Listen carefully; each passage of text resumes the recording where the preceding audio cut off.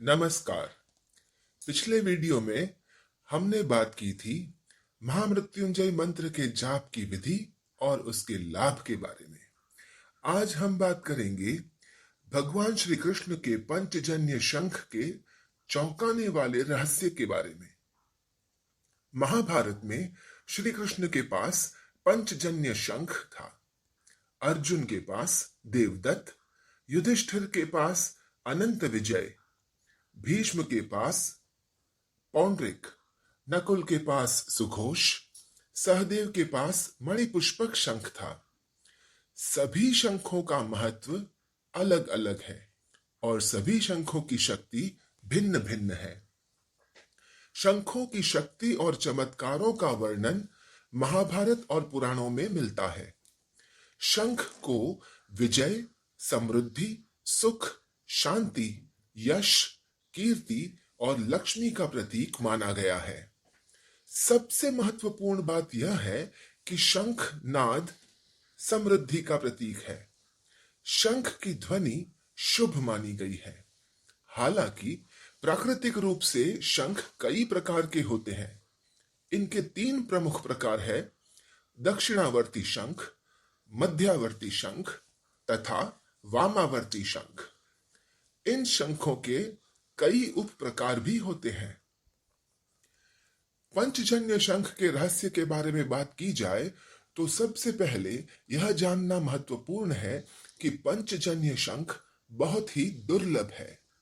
समुद्र मंथन के दौरान पंचजन्य शंख की उत्पत्ति हुई थी। समुद्र मंथन से प्राप्त 14 रत्नों में से 6वां रत्न शंख था। अपने गुरु के पुत्र पुनर्दत्त को एक बार एक दैत्य उठा ले गया। उसी गुरु पुत्र को लेने के लिए वे दैत्य नगरी गए। वहां उन्होंने देखा कि एक शंख में दैत्य सोया हुआ है। उन्होंने दैत्य को मारकर शंख को अपने पास रख लिया और फिर जब उन्हें पता चला कि उनका गुरु पुत्र तो यमपुरी चला गया है, तो वे भी यमपुरी चले गए। वहां यमदूतों ने उन्हें अंदर नहीं जाने दिया। तब उन्होंने शंख का नाद किया, जिसके चलते पूरा यमलोक हिलने लगा।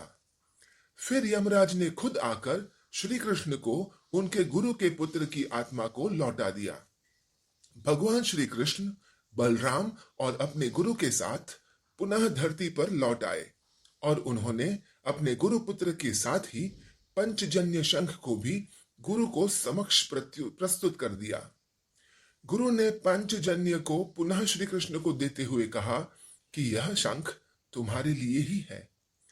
तब गुरु की आज्ञा से उन्होंने इस शंख का नाद करके पुराने युग की समाप्ति और नए युग का प्रारंभ किया।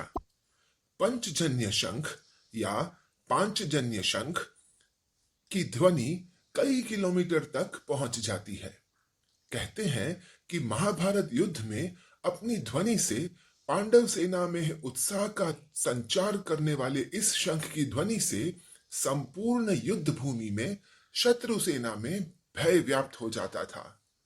महाभारत युद्ध में श्री कृष्ण अपने पंचजन्य शंख से पांडव सेना में उत्साह का संचार ही नहीं करते थे, बल्कि इससे कौरवों की सेना में भय व्याप्त हो जाता था। इसकी ध्वनि सिंह गर्जना से भी कहीं ज्यादा भयानक थी। इस शंख को विजय व यश का प्रतीक माना जाता है। इसमें 5 अंगुलियों की आकृति होती है।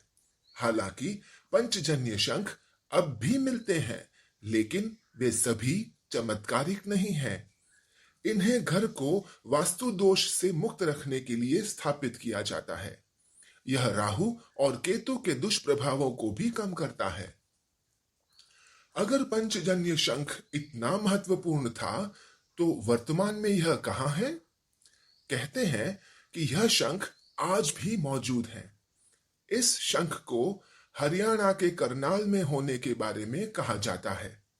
माना जाता है कि यह करनाल से 15 किलोमीटर दूर पश्चिम में काछवा व बहलोलपुर गांव के समीप स्थित पराशर ऋषि के आश्रम में रखा था, जहां से यह चोरी हो गया।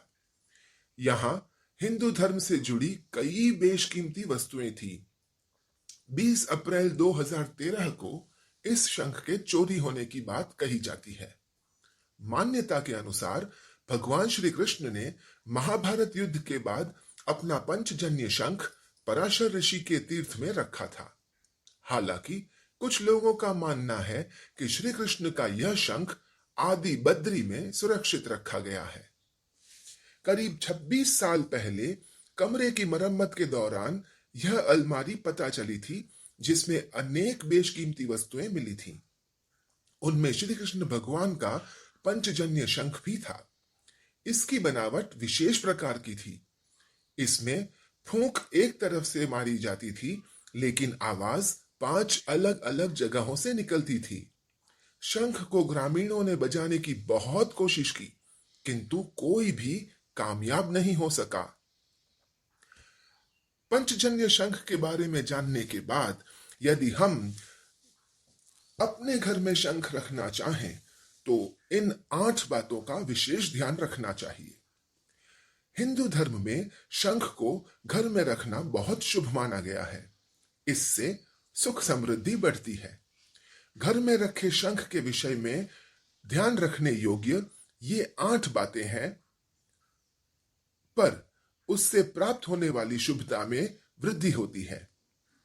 जानते हैं शंख के बारे में कुछ महत्वपूर्ण बातों को। पहली बात यह कि शंख को पानी में नहीं रखना चाहिए। शंख को धरती पर भी नहीं रखना चाहिए।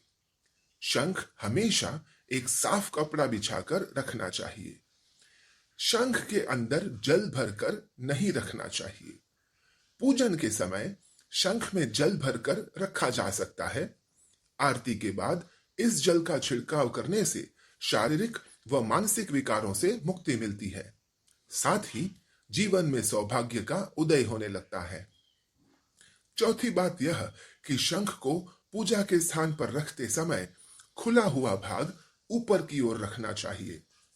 शंख को भगवान विष्णु, लक्ष्मी या बाल गोपाल की मूर्ति के दाहिने तरफ यानी कि राइट हैंड साइड की ओर रखा जाना चाहिए। शंख को माता लक्ष्मी का रूप माना गया है, इसलिए शंख को पूजन स्थान में उसी आदर के साथ पूजा जाना चाहिए जिस आदर से भगवान का पूजन किया जाता है। आसानी से धन की प्राप्ति के लिए शंख को 108 चावल के दानों के साथ लाल कपड़े में लपेटकर तिजोरी में स्थापित किया जा सकता है। घर में शंख ध्वनि का गुंजन सकारात्मक ऊर्जा को बढ़ाने वाला माना गया है। पूजन के समय रोजाना घर में शंख बजाना चाहिए। शंख के बारे में ये जानकारी प्राप्त करने के बाद इन चीजों का ध्यान रखकर हम अपने जीवन में सुख और समृद्धि की वृद्धि कर सकते हैं। अगली वीडियो में हम बात करेंगे दरिद्रता नाशक शिव स्तोत्र के बारे में। तब तक के लिए नमस्कार।